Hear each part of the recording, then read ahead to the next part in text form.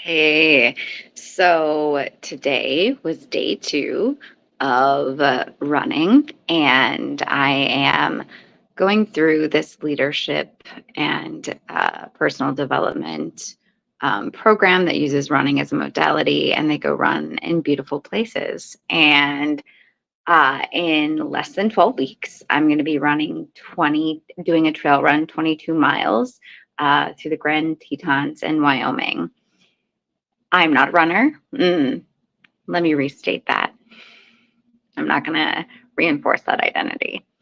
I'm a runner who just recently committed to prioritizing running. And so I'm excited, and I know that in 12 weeks I'm going to be capable of running those 22 miles or getting through those 22 miles. I know it's not all running, but I don't know how much of it's running though. That part I don't know. But I thought I would come live and just talk about the fact that today was day two of running 30 minutes. And that meant I ran a little over 2 miles, maybe 2.5 miles. And the reality is, it was hard.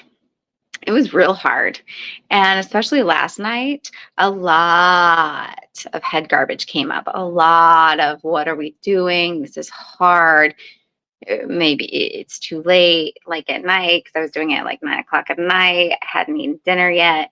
All of these things, right? And I was running on a treadmill in my building.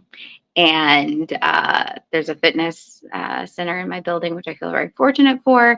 But that meant I was running on a treadmill where the timer and the distance was right in my face. And the training program that I'm going through, we're going for the time, not for distance. And so, one of the things that I felt myself be tempted to do, because in the past when I've run, like I'm really trying to get to a distance number, right? And so that's the measurement that I'm using, right? And this time it's time, right?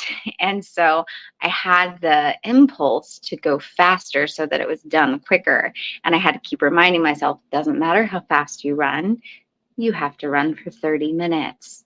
And noticing how frustrating that was, noticing how that meant I didn't want to push as hard. That meant, well, if I have to run the same amount of time, why would I push myself harder? Um, and then today, I was like, okay, I'm going to get up early, going to make sure I actually get this done. And so today, again, another fortunate thing besides having a fitness center in my building is that I am like a block from a track. And so I got to run outdoors and still have a way to measure distance without the distance being immediately in my face. So I guess it's pretty obvious if I'm running a track, kind of where I'm at, if I'm counting correctly. But I don't have it right in my face every single step being measured. And that having the counter in my face, and the same thing with the time. Whew, man. And same kind of mental pattern of, oh, this is hard. Oh, why are we doing this?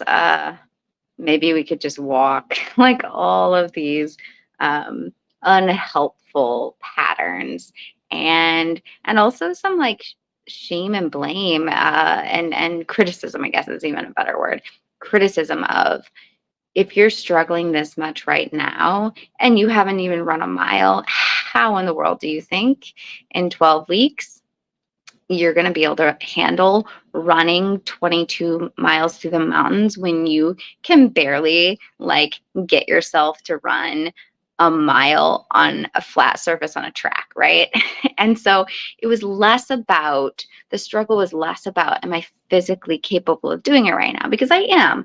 I'm in shape enough. Running a couple miles is doable. Could I have even gone further today? Probably, but I honored the fact that my training said 30 minutes and I was ready to be done at 30 minutes. Uh, but the struggle was the mental chatter, and recognizing how habitual that mental chatter is, and how much I put my attention on others and taking care of others. And so, probably one of the hardest parts of this whole experience is unlearning. And I just saw a video that said it this way. It's so beautiful. Unlearning that self sacrifice is sacred. Mm. I think that there has been a lot of our lives that we have been taught, especially as women, though I think this is true for all humans, that there is something sacred about self sacrifice.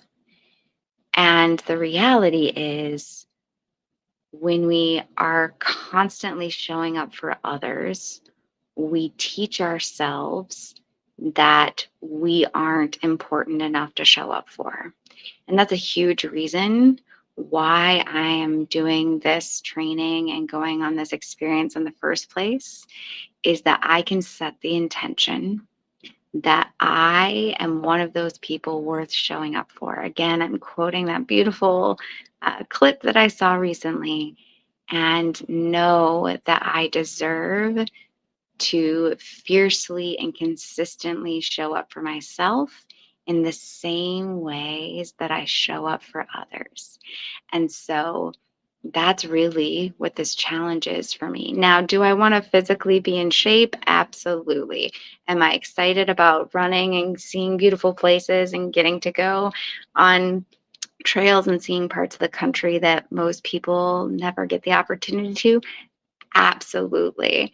And most importantly, I'm really excited about learning and habitualizing being one of the people that I show up for fiercely and consistently. So, that is my little word of the day.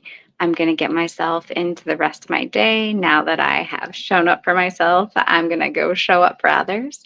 I'm going to enjoy my cup of coffee, and I hope that you have a beautiful day. But I encourage you, where can you fiercely and consistently show up for yourself today? All right, friends, see you later.